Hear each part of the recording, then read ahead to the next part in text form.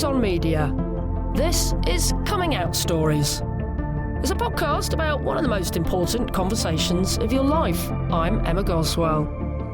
You're now going to hear from Eric Marcus. He's an LGBT historian. He's the author of Making Gay History. We actually recorded this interview right outside the Stonewall Inn in New York, so you may hear a few car horns beeping in the background.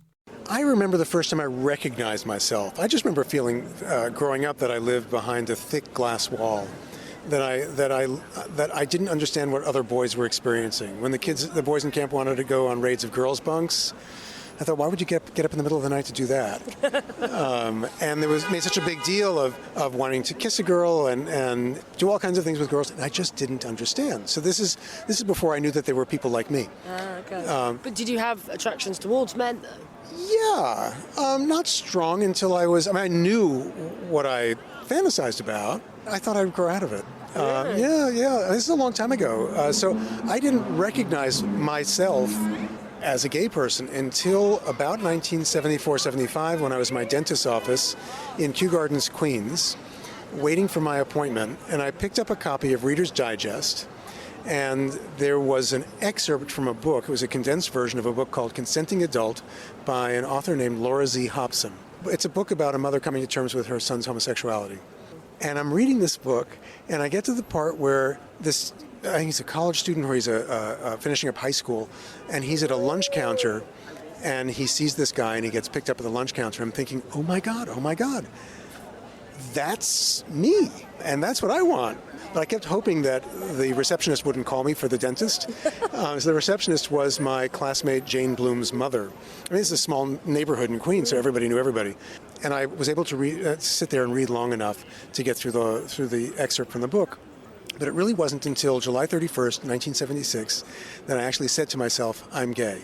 And that was the first night I spent with another man. And it was the first time I felt normal in my life. It was so memorable that I remember the date, and it happened. Not many people that know the exact day, but I do as well. Because it's so important to, isn't it? It is, and I remember when I marked the first anniversary of, and that's how I marked my first coming out to myself. When I marked the 40th anniversary, I thought, how could it be so long ago? Because it feels like it was yesterday. So I know that trauma embeds itself in your brain in a way different from other things. This was the complete opposite of just coming to a sense of who I was. But it was about 4 years before I said to myself again and acknowledged, this is who I am, and this is how it's going to be. I had boyfriends in between those years, but it was a real struggle to come to terms with who I was, because it wasn't what I wanted. And I grew up in a world where it was such a negative thing. So I remember having a good cry at 21. Why did you feel that it was going to be so difficult to come out? You know, people think of New York as being a fairly tolerant city in the 70s, was it not? I grew up in the Iowa of New York, 16 miles east of Manhattan. I didn't see Greenwich Village until I had graduated from high school. So we came to Manhattan twice a year. So it was a completely different world out there. I lived in a really small Jewish community, quite isolated. My parents were oddballs. They were beatniks, and my mother had an Indian guru. But still, we didn't know gay people. So I just didn't know about those things. The way the world looked at homosexuals, gay people in the 1970s was really negative. And I remember reading Everything You Want to Know About Sex But Were Afraid to Ask, and it had a little section on homosexuals. And it said that gay men could expect to lead lives of furtive sex and in shrubs and never have real relationships. And all I wanted was a real relationship. And if not the suburbs, well, in those days I wanted to live in the suburbs and have a picket fence and have children. And I didn't imagine spending my life in the shrubs looking to hand out candy to kids and trying to lure them in for I don't know what, because I wasn't interested in kids. But that really was how gay men in particular were portrayed in the 70s, yeah. Absolutely. Sick, sinful, perverted. It's not who I was. I was a good kid. I did everything right. I got good grades. I didn't drink. I didn't take drugs. But I was a homosexual. So I knew I would be an enormous disappointment to my family. And I'm guessing you weren't, but I'm guessing you did come out to them eventually? Yeah, I did. I mean, and it's such a long process, coming out. For anyone who's spent time coming out, you come out over and over and over again. And it took time, one by one, with my family. I remember my grandmother cried for 3 days. But then she became one of my biggest fans, and I took her to speaking events, and she loved gay people. Well, you made her get up and do what at speaking events? Well, I would, of course, introduce her in the audience. She came with me because we love to travel together. In fact, when she was 89, I took her to Paris. In 90, we went to London for the first time. She came over on a boat from Poland when she was 6 years old in 1909. So she grew up in a very different world, but she loved me. When she read my book, the original edition, which was called Making History, the second one was Making Gay History, when she read that book, which was oral histories of gay people, she said, now I understand, you just want the same things everybody else does. You want to be loved and you want to have love in your life. I said, yes, Grandma, that was exactly it. So in later years, when I would go to weddings, she would always assume that I was going to weddings with 2 boys or 2 girls, and was surprised when I went to straight weddings. And she came to, I've been with my partner for nearly 25 years now. We had a commitment ceremony 22 years ago.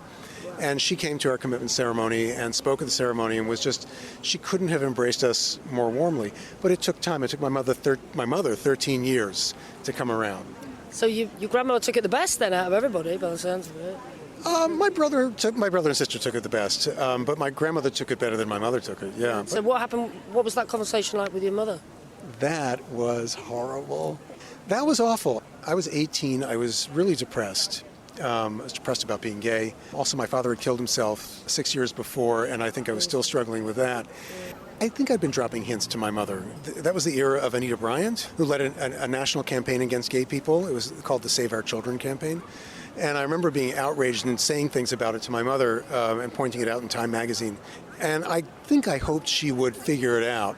So it was summer of 1977, and I was going to visit a friend of mine, and she said, how's he doing? I said, he's kind of depressed. I said, and she said, well, why? She said, well, he might be gay. He thinks he might be gay. And she said, oh my God, and all the blood rushed out of her face. And she said, maybe you are too. And I said, and I did everything wrong. I said, Ma, I'll see you later. Oh, no. And I left, and I went to my friend's house, and I said, my mother thinks I'm gay. What am I going to do? What am I going to do? So when I went home, I turned off the car going down the driveway. I crept into the house and crawled up the stairs, hoping she wouldn't hear me. And of course she heard me, and she said, I would like to talk to you. And she said, are you gay? And I said, yes. And I said to her, do you feel guilty? And she said, no, I'm disappointed.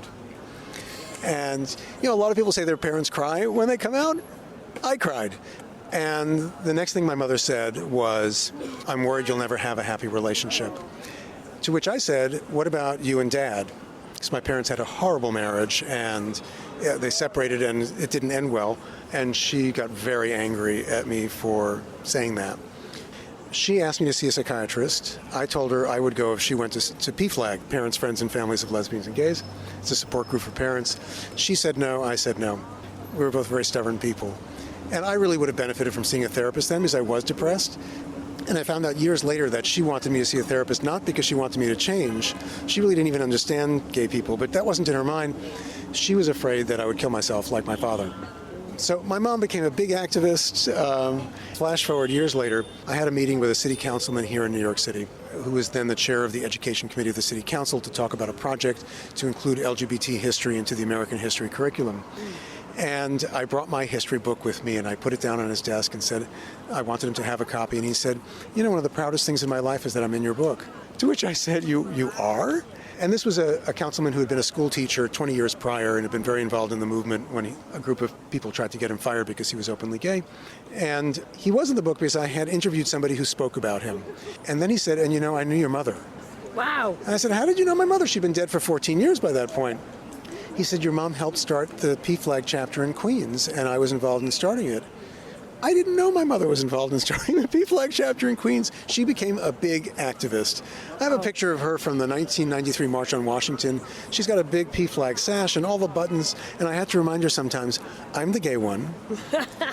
And she came around, but just kind of slowly, really. She came around slowly, yeah. But when she came out as a parent of a gay person, she came out with rainbow flags and buttons, and she was really determined to make the world a better place for her gay kid. Yeah. And that must have made you so happy. I was very, very proud of my mother. Very proud. She grew up in Brooklyn. She grew up in a world very unlike the world I live in now, or we live in now. I was very proud of my mom. And did you have an easy time coming out at work and in other aspects of your life? The challenge for me being out when I was out was that I was a journalist. I went to graduate school and got my master's in journalism here in New York at Columbia University. I was one of 2 out people in my class. And I remember one of our professors warning me and my classmate, we were about to do a short documentary on AIDS, and he warned us that we could get AIDS through the camera. I mean, I'm not even sure he was joking. This was 1984. Wow. And we were warned that we would have trouble getting work in mainstream journalism if we were out. Because nobody would trust us to certainly cover gay issues in an unbiased way. So when I went to work first at ABC News for Good Morning America, which is a morning program, the guy who hired me asked me to not include on my resume that I had just finished a book called The Male Couples Guide. So he was concerned about his ability to hire me. When I went to CBS News, they knew I was gay, but I was the only out person in the morning newsroom at that time. And then when I asked a senior executive if I wanted to pursue a career as an on-camera news person, I was told that they would never put an openly gay person on camera in 1988.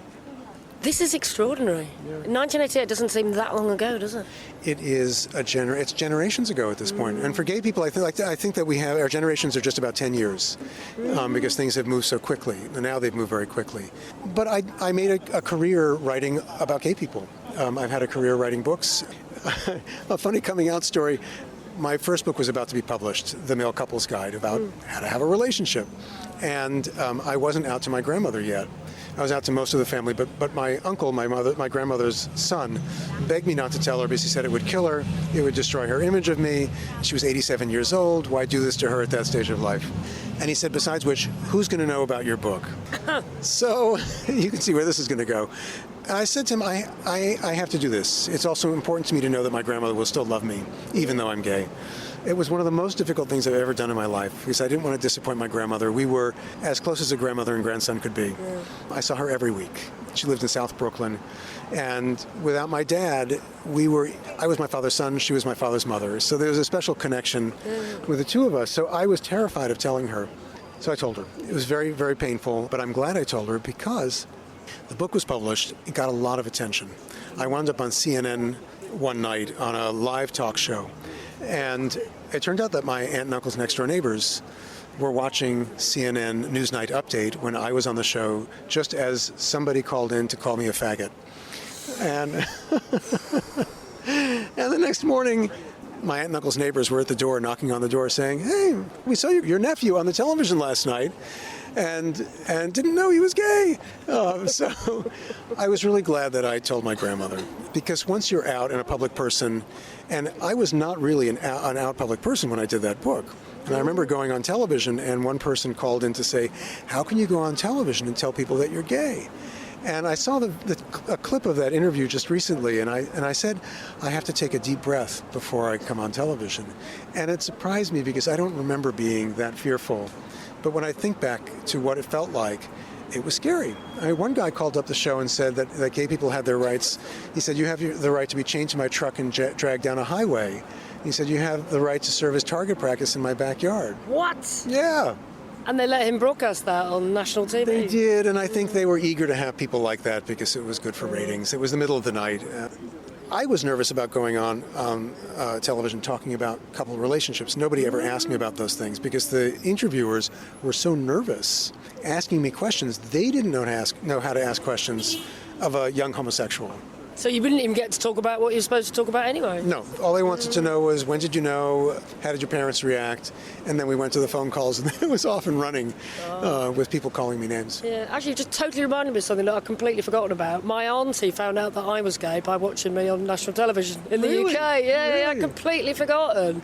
So I was the storyline advisor to a soap opera in the UK called Brookside. I was the lesbian storyline advisor, and then I was tracked down for a documentary, and I was on TV talking about the fact that I was the lesbian storyline advisor, and my auntie watched it and then rang my parents and went, "Saw Emma on telly last night." Oh my God. Well, it's one way of coming out, though, isn't it? It is a way of coming out. Yeah. But even, as you've probably discovered, even when you're out, and I'm very publicly out with my work, not everyone knows you're gay. And so my partner and I were at a grocery store in upstate New York, about 2 hours north of New York City, and we were checking out our groceries. And the person behind the counter looked up at us and said, "Are you two brothers?" Now, What a weird thing to ask. He's half Viennese, half Irish, and looks as Irish as anybody. He's the whitest man who's ever walked the planet. White hair, white skin, glasses. We both wear glasses. I'm Jewish from Eastern Europe, dark haired. We're the same height, but we don't look anything like each other. But there was something about our relationship that suggested to her that we weren't just strangers to each other. And that to her meant brothers. She didn't think couple. And in that moment, I didn't say, no, we're a couple. What I said was no. Oh. And I was really mad at myself afterwards for not saying that I was gay. And what happened was all of those old feelings, fearful feelings, intruded. And all I could imagine was that if I said, oh no, we're a couple, we're gay, that the spotlight would suddenly shine aisle 4, 2 homosexuals checking out their groceries. And I got scared. And I was already in my 50s by then, so that was embarrassing. But it's interesting, isn't it, though? Because every time I talk to someone about their coming out story, they say, but which one? Because actually, there are so many. And that just really proves that actually you could have a different one every day. There could be moments, can't there? Every day. I had this when I used to travel a lot for my books. I fly a lot. It's a big country. And invariably, the person sitting next to me would say, so what do you do? I write books. What kind of books? Nonfiction. What kind of nonfiction? Because you know you're going to be stuck next to that person for 6 hours, 5 hours, 3 hours. And I've only had one bad experience with a guy who is on a trip to LA. He asked me, and we went through all the questions, and I said I was going to speak about one of my books, and said what the book was. It was called Is It a Choice? It's questions and answers about gay and lesbian people. Didn't say a word to me the rest of the flight, and as soon as we landed, he was out of his seat and off the plane so fast. But there were 2 other experiences I had that were so profound. One, an elderly woman sat next to me. Well, elderly, she's probably my age now. White hair and looked very conservative and asked me about what I did, and I explained what I did. And I figured she was probably a Republican. Her son had just died from AIDS. Oh. And so we spent the whole flight talking about her kid and how much she loved her kid and how much she missed him. And on another flight, made the same assumption about a woman who had a Southern accent and was talking about an article in the paper, and I thought she said something negative about gay people. And she struck up a conversation with me, and she asked what I did, and I told her what I did, and she said she had an 8-year-old son, and she took out his picture to show me, and she burst into tears. She said, I think my kid is gay, and I don't know what to do. Wow. And you advised her then? I did. I became his fairy godfather. I didn't meet him until I think he was 18 or 19. And she said, what do I do? And she and her husband were wonderful parents to this child, but they wanted to be sure he had a good life. I said, he loved theater and he loved dolls. I said, send him to theater camp. And were they right? He did turn out to be gay? Yes. Yeah. At 8, it's amazing, isn't it? Parents always know, don't they? Yeah. And I said he'll find his people in theater camp, and he did. He's an actor, and I met him when he was 18. We're still friends, and I loved having that role from afar. And that was because I had a conversation with a woman on a plane and decided that I would tell her the truth. I love this. So normally I sort of end the interview by saying we've got any advice to young people, but actually I think it's more interesting to say, would you have any advice to any other parents of 8-year-olds or even younger, and they're thinking, I've got a gay child here? Yeah, my advice to parents who think their child might be gay is find a place where your kid can meet other people like himself or herself, or a gender non-conforming kid, so that they don't feel alone in the world. That's the most important thing. And also, if your kid comes out to you and you're surprised, pretend not to be. Because your child will always remember that moment, always. It's one of those moments you don't forget. So just say what you need to say, which is, I love you, you're my child, I want you to be happy. And then, if you're upset, go into your bedroom and cry. And go research everything you can find out about being gay. But do not share your doubts and concerns with your child in that moment. Do not. A big thank you to Eric for talking to us outside the stone wall in there. His book, Making Gay History, is still available. Please do subscribe wherever you get your podcasts from. We'd also love to hear from you on Twitter. You can find us there at Come Out Stories.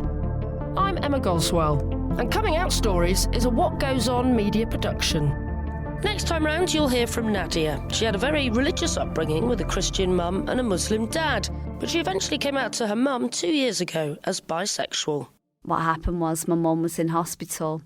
I just felt that, gosh, if anything was to happen to my mum and she never knew the person that I truly was, that would be heartbreaking for me.